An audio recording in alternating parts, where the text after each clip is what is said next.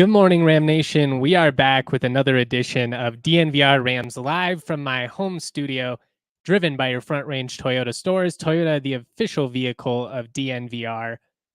We've got a fun one. I was fortunate to catch up with Jay Norvell yesterday. He was gracious enough to give me some of his time and just kind of catch up on all things offseason. I mean, we talked about the offensive additions like Armani Winfield and Donovan Ollie.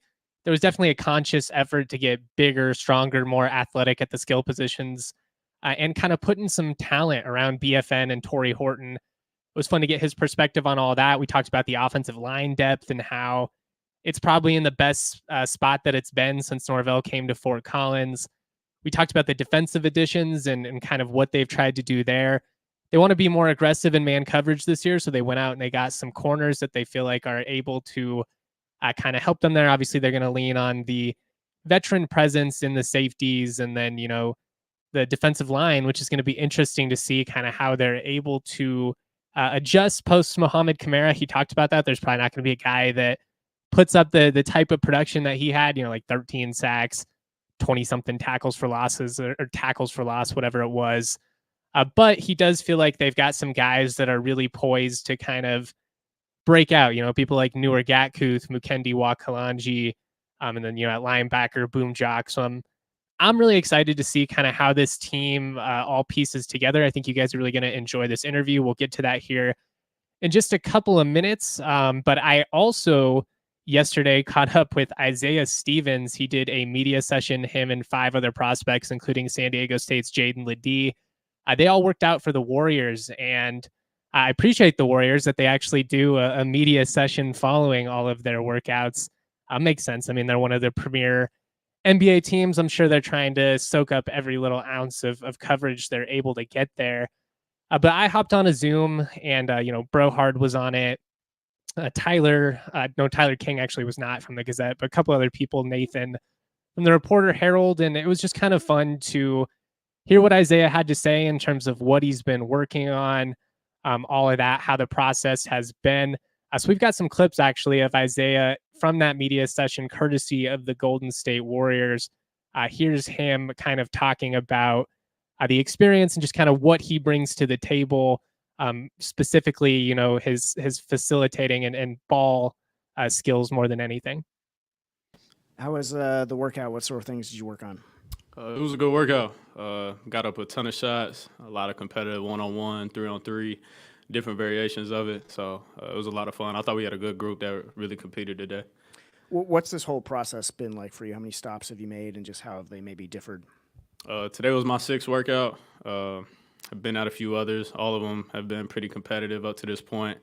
It's been a lot of fun, just getting around, meeting different front offices, meeting different players that's going through the same thing. The main thing is just trying to get a lot of rest with all the flights and hydrated and making sure you're taking care of yourself. But it's been a lot of fun. What part of your game do you feel like is most NBA ready? And then on the other side, what is something that you're looking to improve on? I think the main thing right now that's NBA ready is just my playmaking, organization, command on the floor as a point guard, and also being able to step out and knock down the 3-ball at a high clip, being somebody that's trustworthy from behind the arc. The main thing that I'm going to continue to try to work on is just navigating NBA offenses from a defensive standpoint. It's a ton of ball screens, ton of quick hitters. So just being ready at the point of attack to go out there and be disruptive. Anybody that you sort of see yourself in today's NBA that you sort of emulate? The main person I've been watching during this pre-draft process has been Tyus Jones. I've had a chance to actually work out with his brother during my pre-draft process. His name is J.D. Jones, is his older brother. He's a skills trainer out in Minnesota. So we've watched a ton of film, had a ton of conversations. I've even gotten a chance to meet him and just ask him a few questions. So just a guard that's steady day in, day out, somebody you can count on to go out there and produce. All Isaiah did was produce during his time at CSU, all-time leader in games played, points scored. He has more assists than the next leading guy in Mountain West history by more than 230. That was Hunter Maldonado of Wyoming. The biggest key for Zay is going to be, can he defend at a high level? That was one of the things he talked about after that. Just trying to adjust to the speed of NBA offenses. There's a lot of quick hitters. There's a lot of ball screens. You got to be on it. You got to be up at the point of attack and ready. We'll see. I did think that it was interesting that he's been working with JD Jones, Tyus Jones' older brother. I imagine that's a relationship that was established through common connections. I believe David Roddy and Tyus Jones, due to their Minnesota roots, are pretty tight. Played some AAU ball back in the day. I think it's a good comparison for him. Obviously, Tyus about 6'1", 191. Um, a good example of the type of defensive impact that you're going to have to be able to make at that size. You got to have quick feet. You got to be able to stay in front of guys, not get bullied. I will say he's the smartest college basketball player I've ever been around, up and close. His ability to create not only for himself, but everybody on the floor and really elevate all of his teammates is just, it's such a unique skill, especially at the collegiate level. It actually kind of feels fitting that he was working out for teams like the Warriors, for the Nuggets, teams that play unselfish, team first basketball. That's definitely the style that he would thrive in. And if I was a playoff team looking, for a backup point guard, I mean, I would certainly be willing to take a look at a guy like Isaiah just because of those playmaking skills, his ability to stretch the floor. He's a career 40% 3-point shooter on about 5 attempts a game over his 5 years with the Rams, but shot about 44% from deep this past year. So, I mean, if you could shoot that way in the NBA, like there's definitely minutes for you. But it all comes down to the defensive side.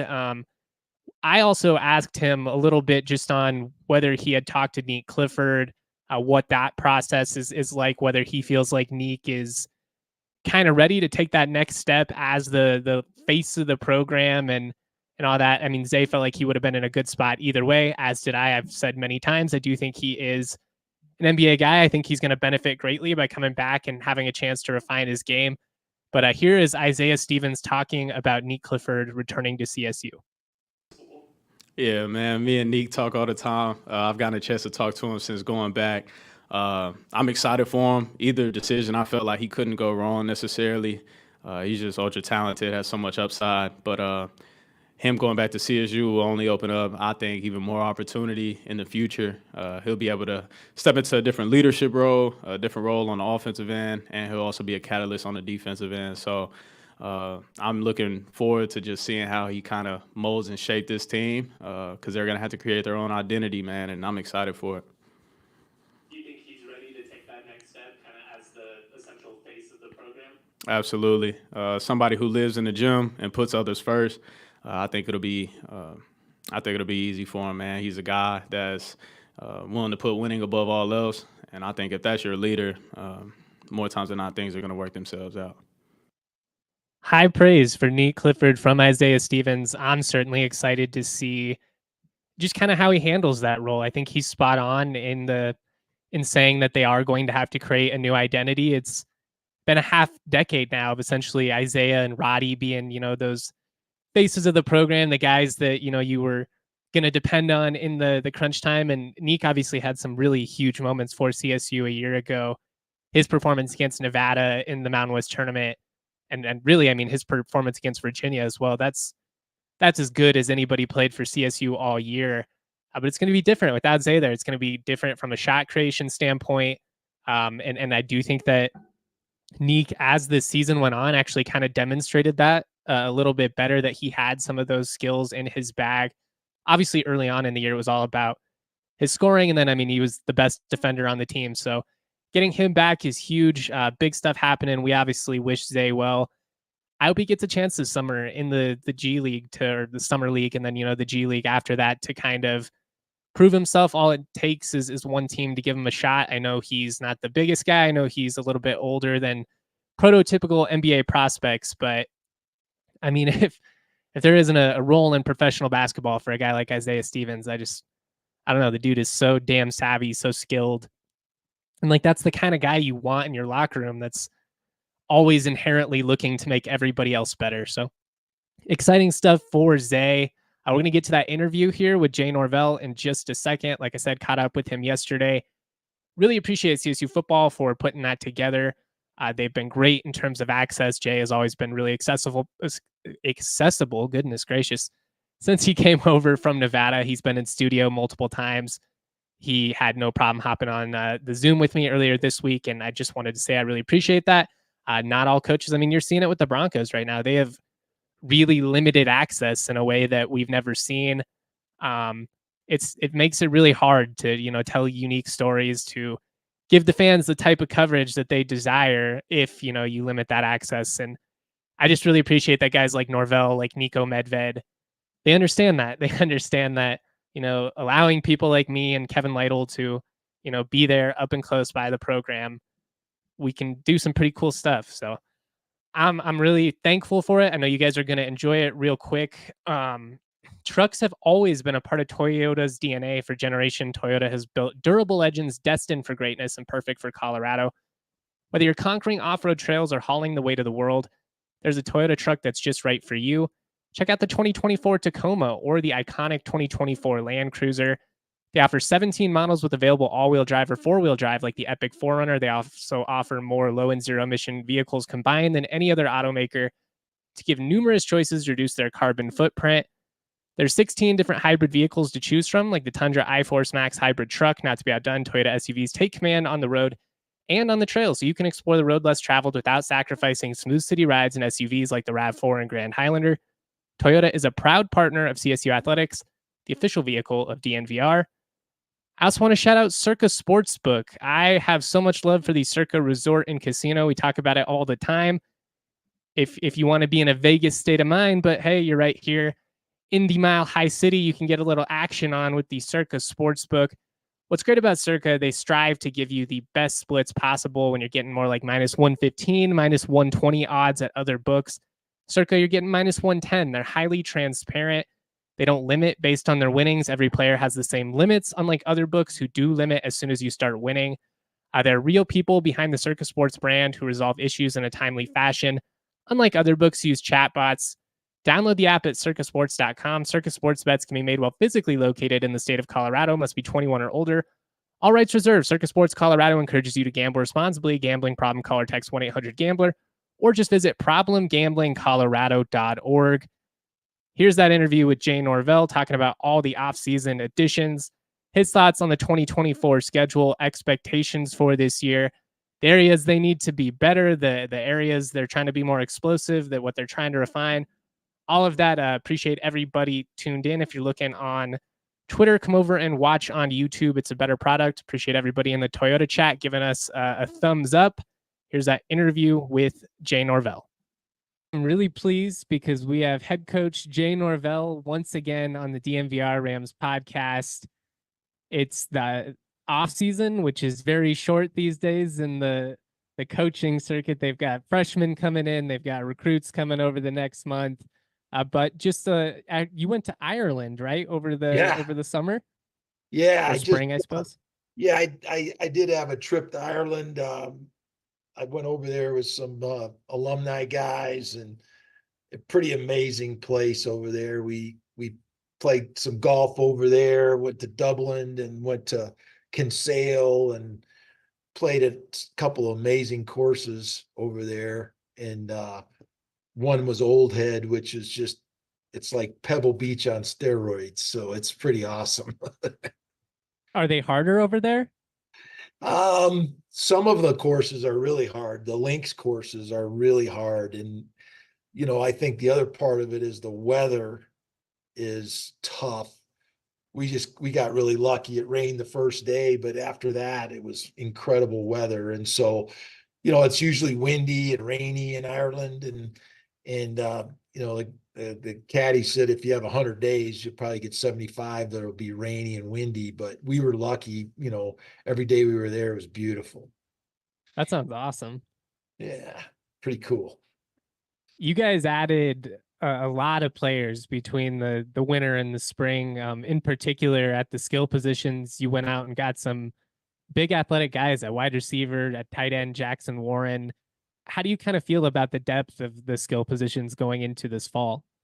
Well, I think that was key for us. I mean, I think, we've gotten to a point where we got two big time skill players, and Torrey Horton and Braden Fowler-Nicolosi that are returning. And we really wanted to put guys around them that could make us explosive. And, we need to score about 35 points a game. We wanted to increase our run game, but we were able to add two quality players in the transfer portal that we really haven't been able to add. And to get an elite receiver is really hard in the portal. And we had to battle Amani Winfield with Wisconsin and Liberty. And he saw the value in coming to CSU because we throw the football, we got a quality quarterback, and he saw the numbers that Torrey put up the last couple of years, and that really helped us get Amani. You know, it kind of moves back to a couple of years ago when I was at Nevada, where we had like 3 really big time receivers, and we had a core of really great supporting guys. And I think Amani could be a great compliment to Torrey Horton. Jackson Warren is just, you know, whenever we can recruit a tight end that's special, we always try to add him to the program, and it's really hard. You know, when Dallin told us he was going to leave and go to the NFL, you know, we scoured the country to find a guy that had his skill set, and it's just really hard. And Jackson was a guy we recruited as a quarterback out of high school, so we knew him. And he's out of Flower Mound, and he ended up going to North Texas. It didn't work out for him at quarterback, and so he went back to junior college at Navarro, and he switched positions. He's 6'8". He's 240 pounds. He was a power forward in basketball, played high-level AAU basketball, and he just has all the qualities that we look for in tight ends. And so we had to battle SMU for him. Florida State came on him, and he basically chose CSU because of what Dallin Holker did last year. You know, Dallin coming from BYU, catching 9 balls to catching 65 here last year, to being a Mackey finalist. He just saw how we use the tight end, and you could use his skill set. And he's a young guy. We got him for 3 more years. I think he's going to be a special player for us. It's funny that you mentioned that it reminds you of your time at Nevada, because that's kind of what I was talking about a couple weeks back, just in terms of it feels like you have the Cole Turner type. Obviously, Dallin was a tremendous pass catcher, had a phenomenal year, but there's just elements of being that big and that explosive that, like, I mean, you know, you can't replicate that. He's a matchup nightmare for people because we can split him out weak and we could put all our receivers strong. And now the defense has got to decide how they're going to cover.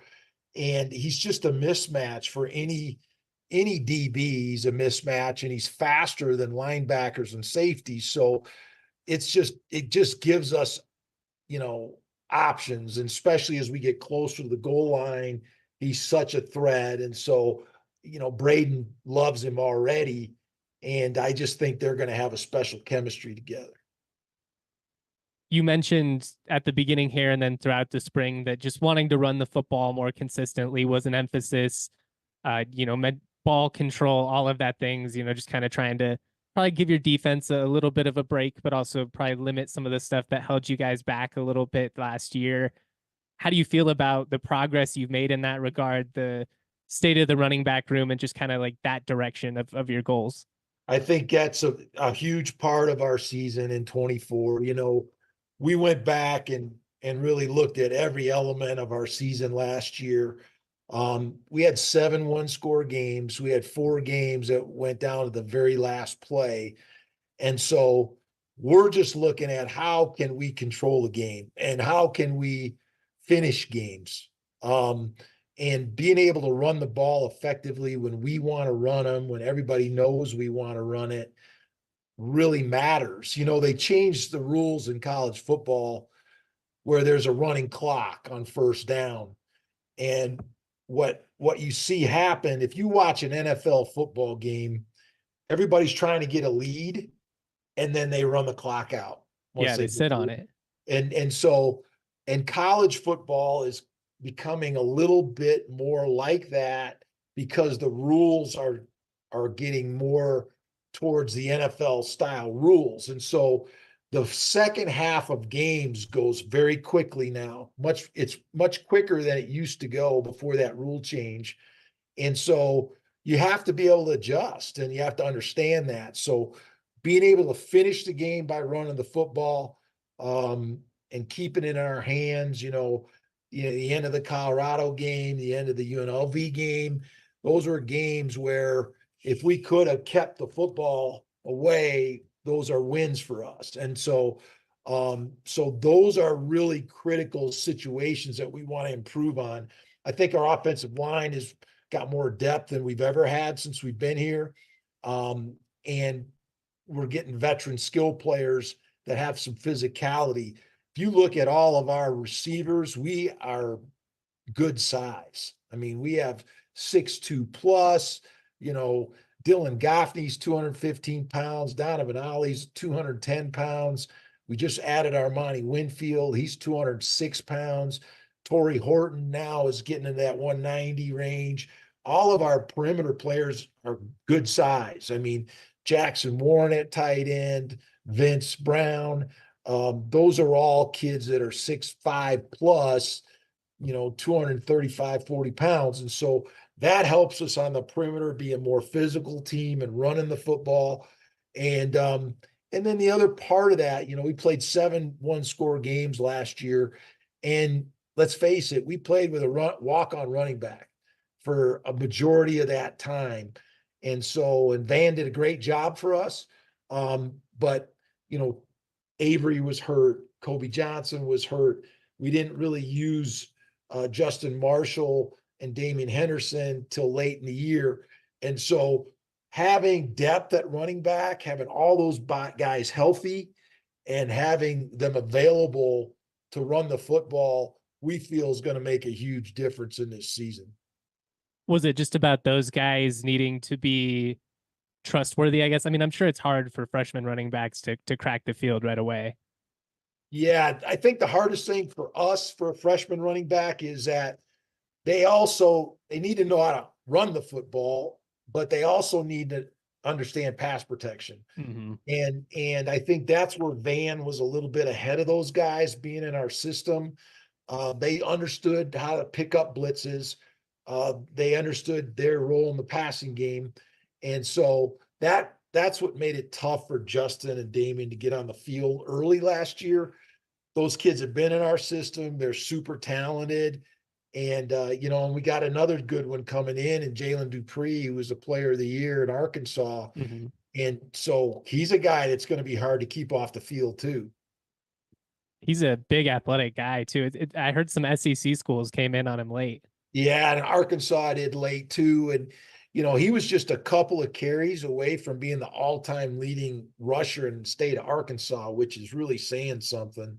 But amazing kid, hard player, will give us a physical runner that we need. And, and I told the kids this morning, we were on the field working this morning, we're the number 1 passing team in the Mountain West. If we can be as explosive in the running game as we've been in the passing game, I think that's a real key for us to have an opportunity to push for a championship. On the defensive side, you guys lost some guys to the portal, obviously, which is, just kind of a par for the course these days, part of the game. But you've also added some veteran interior defensive linemen, guys that not all of them have played a ton, but even being a 5th-year guy, 5 years of being in a college weight program and practice reps and all that. Yep. How do you feel about the depth of the defensive line right now? I feel better. When, we lost Grady Kelly, which was tough for us. He was a really important interior player for us. We got James Mitchell coming back. We got Cam Baratow coming back inside, which are really important veteran players. The problem was we lost the guys behind them. Mm-hmm. and to be able to have depth. And so, we brought in a defensive tackle, Janias from Washington State. We brought another kid in from Utah State that was a big 300-pounder.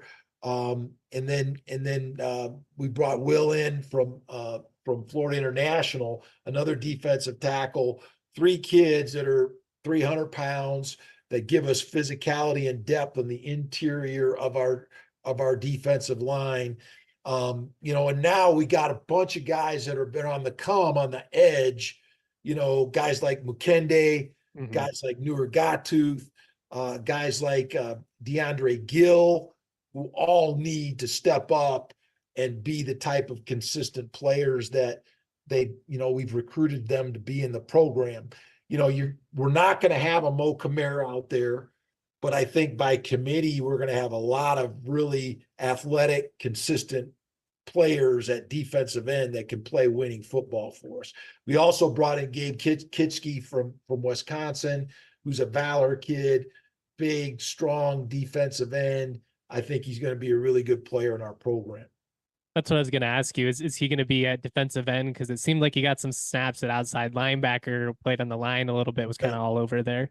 We're going to look at him at an end, and he's another kid. He's 6'4 plus, 240 pounds.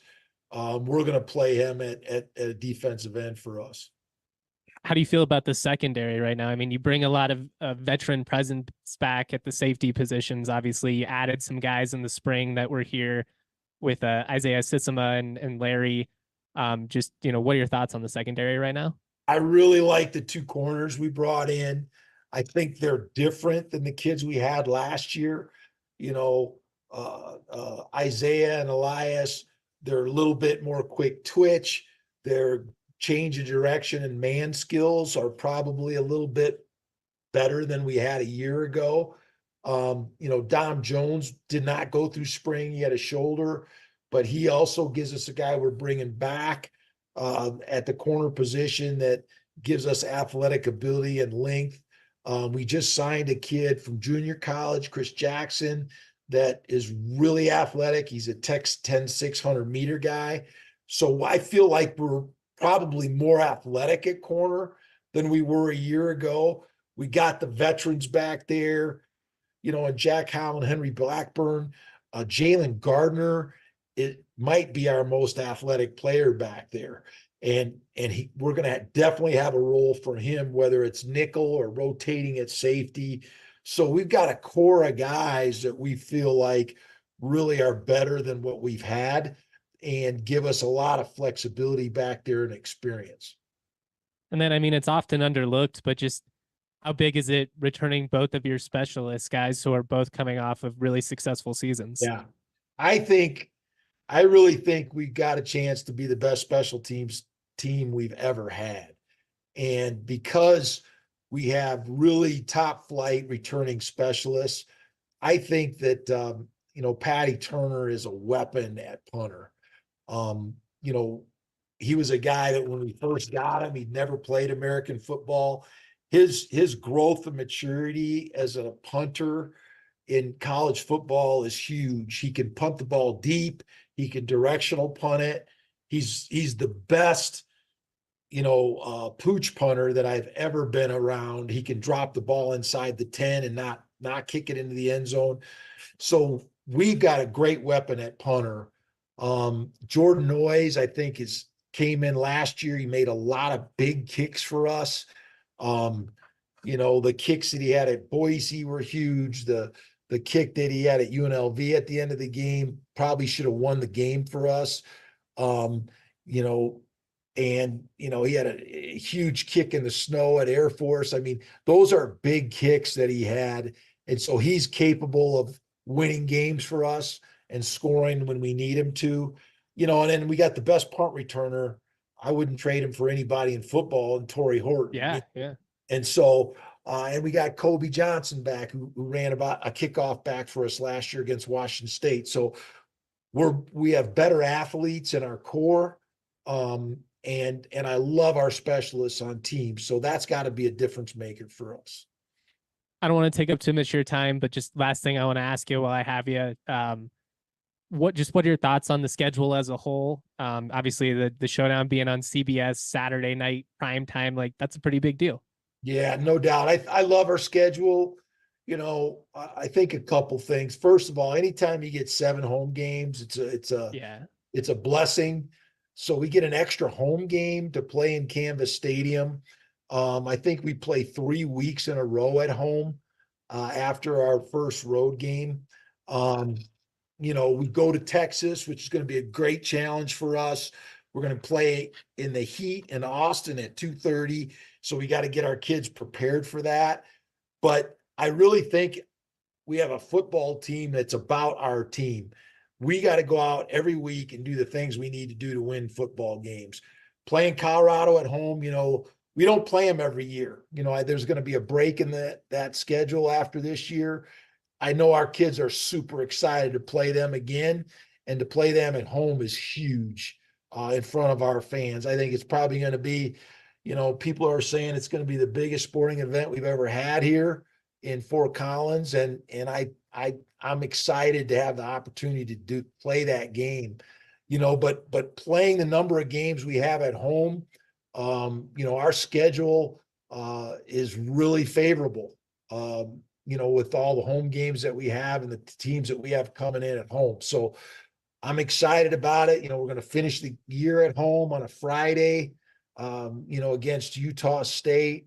I know we play Wyoming at home on a Friday, and those are all huge opportunities for us. And I think our fans are going to be cranked up to watch these kids play at home. I'm definitely excited myself. So thank you for coming on the show, Jay. It's always a pleasure to have you, and we appreciate, how accessible you always are. Appreciate it. You do a great job covering the Rams. We appreciate that. Thank you. Huge shout out to Jay Norvell for giving us some of his time. Awesome interview. Gave us a perspective on all the offseason moves. I appreciate everybody being active in the Toyota chat. Shout out to my guy, Evan Hotzen Music, with the super chat. Stoked for the season, coach. Also came in with the Ram emoji. Always proud to be. You guys have been awesome. Shout out to my guy, Rich Nicolosi. Got a little tongue-tied. BFN stepdad, which is awesome. We got some more comments. Ramsey, who's a Bus fan in the Toyota chat, says you made it personal with a couple of angry emoji faces, which to me, that's just funny because it's a rivalry, guys. It was always personal. Like, are you that arrogant that you think there was no bad blood between CSU and CU until Deion Sanders came? Like, the game didn't matter at all until you guys started following. Like, you guys are so ignorant to your own history of this program you choose or to root for, and then you just say this dumb stuff. Like, it's always personal. It's a rivalry game. It was personal last year. It'll be personal this year. It'll be personal in the 4 years that we don't play each other. That's how this works. We don't like each other. I'm looking forward to seeing that game in Fort Collins. Having it be on CBS Saturday night primetime is an epic, really epic exposure opportunity that we've never had with this game. There were some really big moments with the showdown in the early 2000s. Obviously at Mile High, we've got some people in the comment section. Bill says he wants to see CU versus CSU back at Mile High. I go back and forth on that, to be honest, Bill. I think college sports inherently are better on campus. I think the energy in Boulder this past year was a lot of fun. It's certainly awesome when it's in Denver and you have, 30,000+ from both sides. It gets a little more hostile, I think, in the stands when you have that type of stuff. But I do understand the perspective of it was fun being in Denver, of having that many fans from both sides be there, having it be this big event that everybody always kind of looked forward to in Denver, the tailgating scene, all of that kind of stuff. But at the end of the day, college games belong on campus. And I'm excited. I'm excited to see it back where it belongs. I'm excited to see the first RMS in Fort Collins since 1996.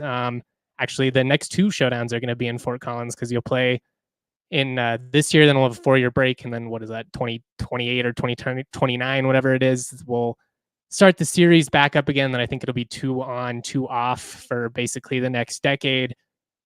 I still think these programs should play year in and year out. I think if you're CU, I don't think there's another game locally you can play that's going to generate this type of interest. When they scheduled Texas A&M, I kind of understood it from that standpoint. But since then, like adding games against Greeley, Wyoming, home and home against Air Force that you lose both games, like, is that really a better situation for your program? I don't know. I would like to see the games be played that the local fans have the most interest in, the people that actually go to these schools and, are locked into CSU, CU year round, and not just when they have a celebrity for a head coach temporarily. Shout out to everybody for tuning in today. This was a blast. So much love to Jay Norvell and CSU football for making all of this happen. We'll have more interviews as we get closer to the season. Fall camp just around the corner. Shout out to Alyssa behind the sticks, making this all work so smoothly. Always proud to be y'all. Much love. Peace.